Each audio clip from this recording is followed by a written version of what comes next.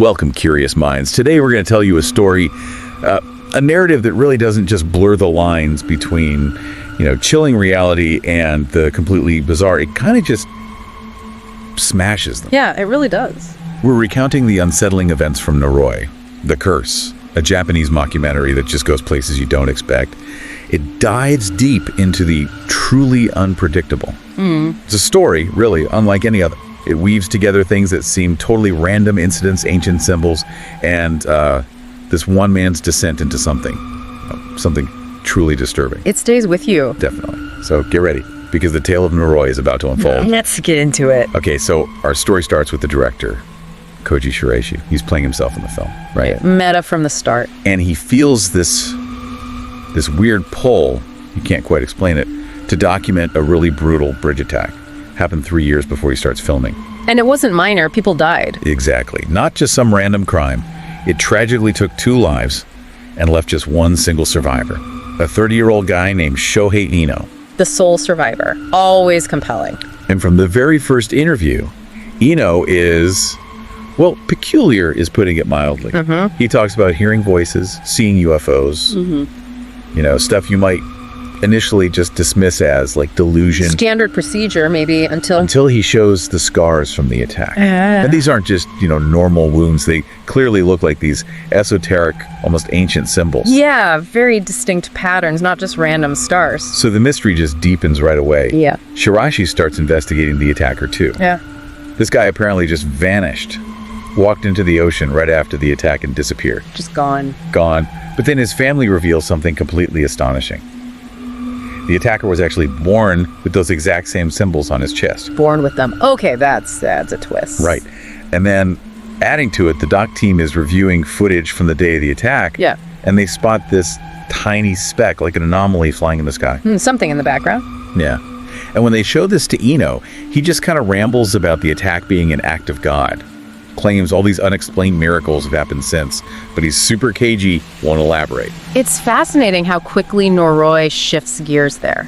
You go from what looks like, a random horrible crime, straight into something that feels ancient, maybe even faded.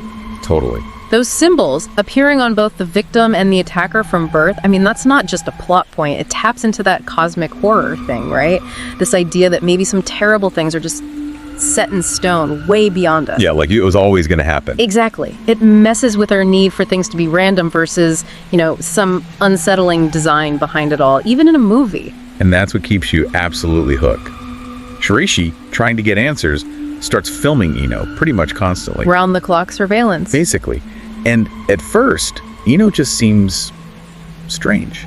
Maybe harmless, even. He's obviously broke, homeless. At one point, he asked to borrow just 100 yen. Like nothing. Just struggling. But then, under the camera's eye, this subtle, really chilling shift starts happening.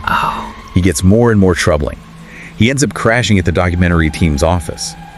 Shiraishi kind of insists, even though the crew is clearly uncomfortable. Awkward situation. Very. Then, during a dinner out, Eno orders all this expensive food, acts really rudely to a female crew member, so much so that she gets upset and leaves. Not good. And then the real alarm bells ring. He's visibly drunk and starts talking openly about the voice in his head, about a mission. He calls the bridge attack a passing of the baton. Starts talking about being transported to God's realm. Whoa, okay, that's escalating quickly. Passing the baton implies he's next. Exactly. So the team kind of confronts him gently, asking if he's planning anything criminal, reminding him they have a duty if he is. Trying to gauge the situation. Eno denies it, of course. Yeah. But later, there's footage he shot himself on his own little camera. He looks right into it and says, they have no idea what I'm up to, while just strolling past a police station. Chilling. The mask slips. And while all this human drama is playing out, really weird stuff starts getting caught on camera. Like objectively strange phenomena. A paranormal side kicks in. Yeah. A candy wrapper repeatedly gets blown off a table indoors. No open windows, no draft, no explanation. Okay, that's classic poltergeist stuff. And then a really strange, transparent mass is seen leaning over Eno while he's trying to sleep in the office. See-through, like a distortion. Yeah, just there.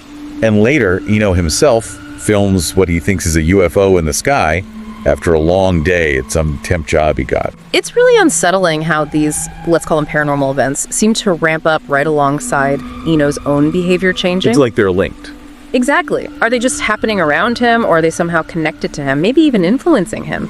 Or is it all part of his mental state breaking down? The film just keeps blurring that line. What even is reality in this context? Right. And just when you think, okay, Eno's the focus, he's the weird one, the film pulls Shiraishi himself down a rabbit hole. The investigator becomes investigated, almost. Kinda. The focus shifts to Shiraishi's own investigation. He's digging online and finds this artist. She does automatic drawings, just lets her hand move, right? Trance-like drawing. And her drawings look weirdly similar to Eno's scars, those symbols. So they go meet her. She goes into a trance right there and scribbles this image. And it looks like a specific rock formation at a place called Mount Ohiruyama. Mount Ohiruyama. Okay, noted. Now, here's where it gets really creepy. Yeah. Shiraishi realizes he'd actually been to Mount Ohiruyama 3 years earlier, on the exact same day as the bridge incident. Whoa, wait, the same day? The very same day. And he remembers this odd detail, finding 9 leeches stuck to his leg, even though the ground was totally dry. Just seemed weird at the time. 9 leeches. Dry ground. Okay, that's gonna come back, isn't it? Oh yeah. So driven by this, Shiraishi and the team go search that area on the mountain. And they find it a stone carved with symbols identical to the ones on Eno and the ones the attacker was born with. The same symbols again, on the mountain. And right when they find it, Shiraishi feels this sharp pain in his leg. He looks down, and his old leech wounds from 3 years ago have started bleeding again. Bleeding again after 3 years? Oh, come on. That's deeply unsettling. Totally. So they need help figuring out these symbols, this mountain connection. They consult Koji Kurosawa, who's a real Japanese horror director, playing a version of himself. Another meta layer. And he just happens to be an enthusiast about Mount Ohiruyama lore. Kurosawa shows them similar carvings he's been studying for decades. His interpretation, they're signs of a God-ordained calamity. A God-ordained calamity, not just random symbols. Not at all. And then he connects the mountain to this figure from mythology called Hio, a kind of leech child. And get this, Ohiruyama itself translates literally to Leech Mountain. Leech Mountain, okay, wow. That Hio mythology connection, that's the linchpin, isn't it? It suddenly gives all these modern, weird happenings this deep, ancient root. Suddenly it all clicks together in a horrible way. Yeah, it links the mountain, the leeches, the symbols. It suggests this isn't new, it's cyclical, maybe? The film uses real mythology to ground its crazy horror elements, making you think, maybe this nightmare is just an echo of something ancient. Exactly. Meanwhile, back at the office, Eno's out working a temporary gig. The crew decides to go through his stuff while he's gone. Snooping time. Risky, but... They find his checkbook. And it turns out Eno has thousands of dollars saved up. Just sitting there. He hasn't touched it, even when asking for 100 yen. He's got money but lives like he's destitute. Why? They don't know, but they assume the worst. They figure he's saving it for something, and as they put it, whatever it is, it cannot be good. Ominous. Very ominous. And from Eno's own camera footage, we see more supernatural stuff happening around him, but now it's clearer or disturbing. Like what? Well, most notably, he gets into an argument with a guy at his temp job. Minutes later, after Eno basically implies something bad will happen to him, the guy gets hit by a car. Right there on camera. No way. Hit by a car. Yep. And while it happens, that same strange, transparent mass is visible hovering overhead again. That thing again. Eno shows the footage to the crew, who are obviously stunned. But he still insists he can't understand the voice telling him things. Still playing dumb or genuinely confused. Hard to tell. It is. Then Shiraishi and Eno have this really intense heart-to-heart. They have a weirdly profound moment, given everything. A connection forming. Yeah. Shiraishi tells Eno he wants to help him. Even if Eno is planning something terrible, he says he feels called somehow to uncover the truth, no matter how chilling. Drawn into it himself. Completely. And finally, Eno cracks. He confesses he could understand the voice the whole time. Ah, there it is. Knew it. It had been telling him repeatedly to do something very specific near Shibuya Station, you know, that insanely crowded crossing in Tokyo. Yeah, thousands of people. What did it tell him to do? His plan was to walk into that busy area and, quote, bless everyone with some free pie. Pie, like actual pie. Pies with, in his words, explosively delicious flavor. Explosively delicious? Oh, that does not sound good. That sounds like a euphemism for something else. I think. Shiraishi definitely doesn't like the sound of this pie. He admits he lied to Eno, pretended to want to help. just to get the confession. Okay, confrontation time. Big time. An intense argument breaks out, spills outside. Eno's super drunk, can barely stand, and this seems to be Shiraishi's breaking point. He kind of collapses, quivering on the floor, and his leg starts bleeding again. The leech wounds. Again. Same spot. Right then, Eno sees it, and he declares that this bleeding is Shiraishi's mark, like his own scars. His initiation, basically. So Shiraishi is marked now, too, tied to it. In that terrifying moment, their relationship just solidifies. It's messed up.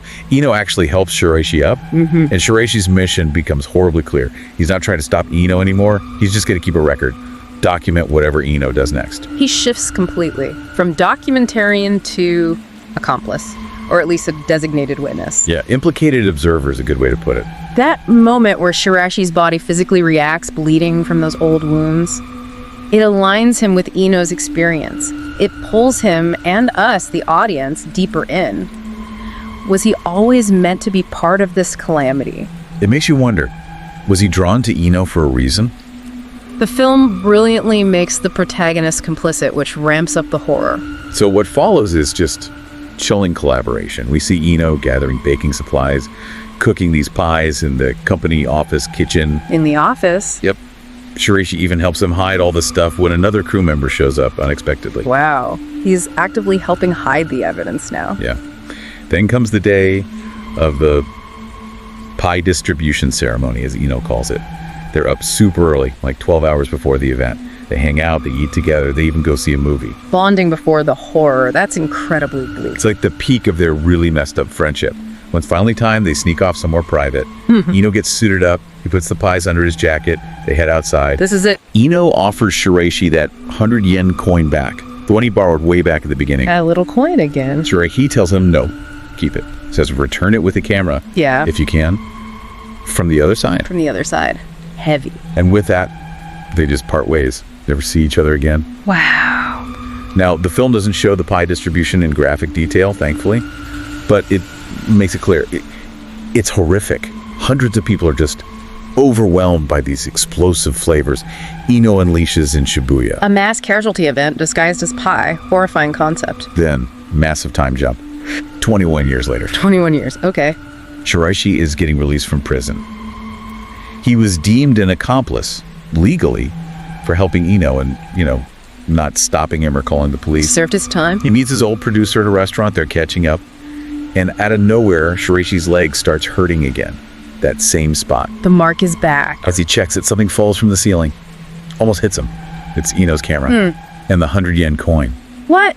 After 21 years from the scene. Completely undamaged, pristine, like no time passed. Yeah. It just defies all logic. Okay, that's mind-bending. The return from the other side. And this recovered footage on the camera is the final piece. It shows Eno. Oh, yeah. Looks like some kind of bizarre hell. It's this terrifying landscape just filled with leeches and jellyfish. Leeches and jellyfish. Yeah, until Eno's head just inexplicably floats away. Yeah. Dissolves into Oh, nothing. it floats away. Wow.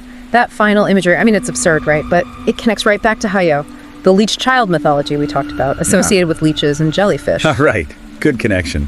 The film seems to suggest that this place he's in, this hell, is the realm connected to Hayo, to the calamity. It's a fictionalized underworld tied directly to the mountain, the symbols, everything. It reinforces that core idea. This wasn't random. It was ancient, predetermined, and utterly inescapable. Yeah. The story of Noroi. The curse is just, it's wild. It's unhinged. But because it's done in that mockumentary style, it feels so unsettlingly real. That realism is key. It builds this incredible sense of dread. It really forces you to question everything you're seeing. And it makes you think, how far would someone go if they felt compelled by some unknown force, some ancient thing? What really stands out to you when you think back on it? Is it Eno's slow, chilling transformation? Or maybe Shiraishi's own pull towards it all? For me, it's the ambiguity in Shiraishi's complicity.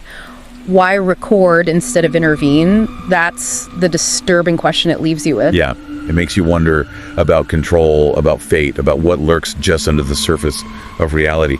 So if this story has grabbed your interest, if you're looking for more unsettling tales that dig into the unknown, The kind that stick with you. definitely, we really encourage you to like, share, and subscribe to our channel, Horror Docs. Help us keep exploring these dark corners. Thank you so much for joining us on this journey into the truly unexpected.